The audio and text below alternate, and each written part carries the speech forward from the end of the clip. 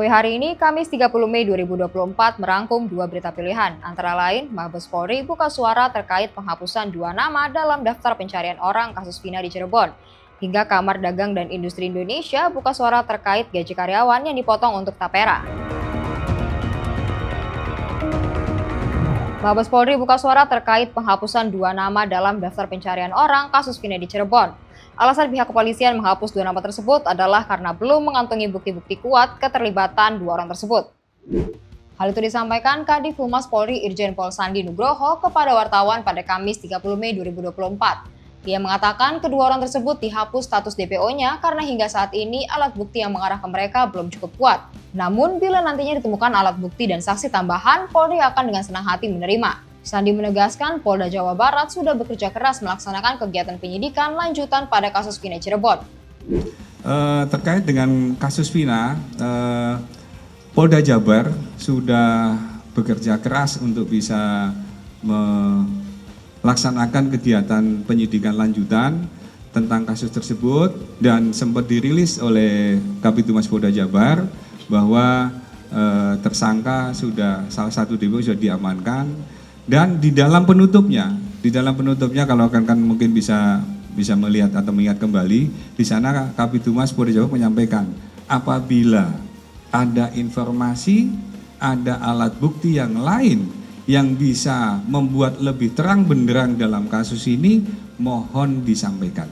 Itu artinya bahwa kita membuka diri apabila memang ada informasi dan alat bukti lain yang bisa diberikan kepada kepolisian sebagai informasi tambahan untuk mengungkap kasus ini. Dan ketika kasus yang disampaikan oleh Dirkrim Polda Jabar bahwa tadinya DPO ada 3 menjadi 1, karena alat bukti yang mengarah kepada dua orang ini sampai dengan saat ini masih belum mencukupi. Bahkan ada beberapa keterangan saksi yang menyampaikan itu adalah fiktif, nama fiktif.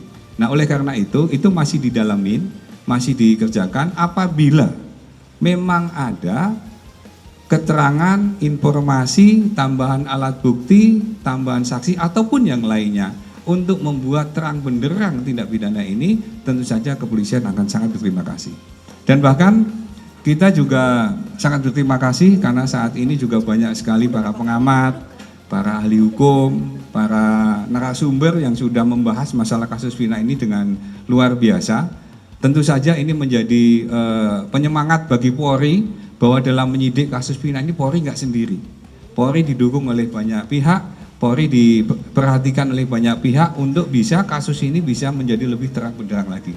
Maka dari itu, kalau memang ada alat bukti, keterangan-keterangan yang lainnya ataupun informasi yang bisa mengungkap lebih terang benderang kasus ini, kami sangat menunggu dan sangat berterima kasih untuk bisa mengkasus ini.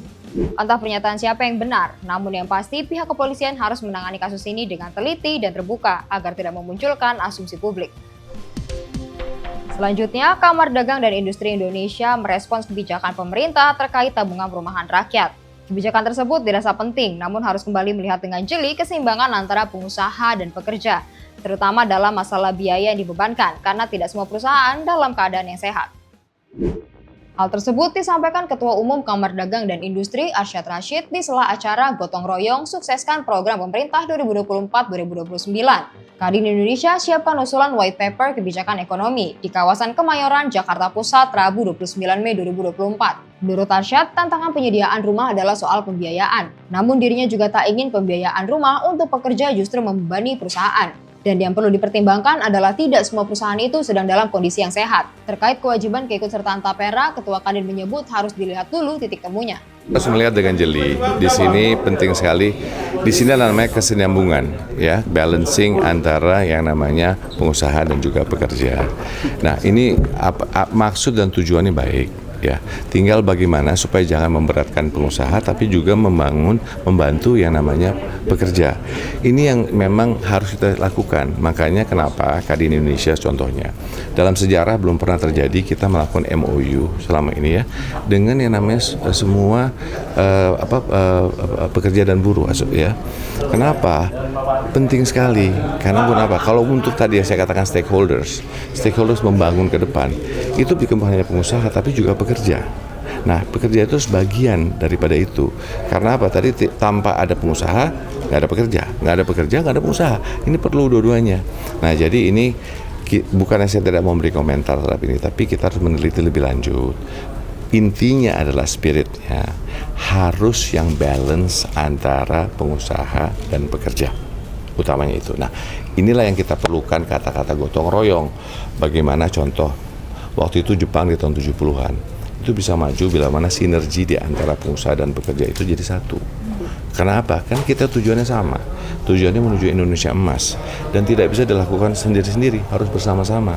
Nah, itu harus terjadi. Nah, inilah kebijakan-kebijakan ini yang nanti kita lihat bersama juga bahwa tadi keseimbangan atau balance di antara itu. Ya. Tapi tadi ada dibahas nggak Pak? Kenapa? Ada dibahas nggak di white paper?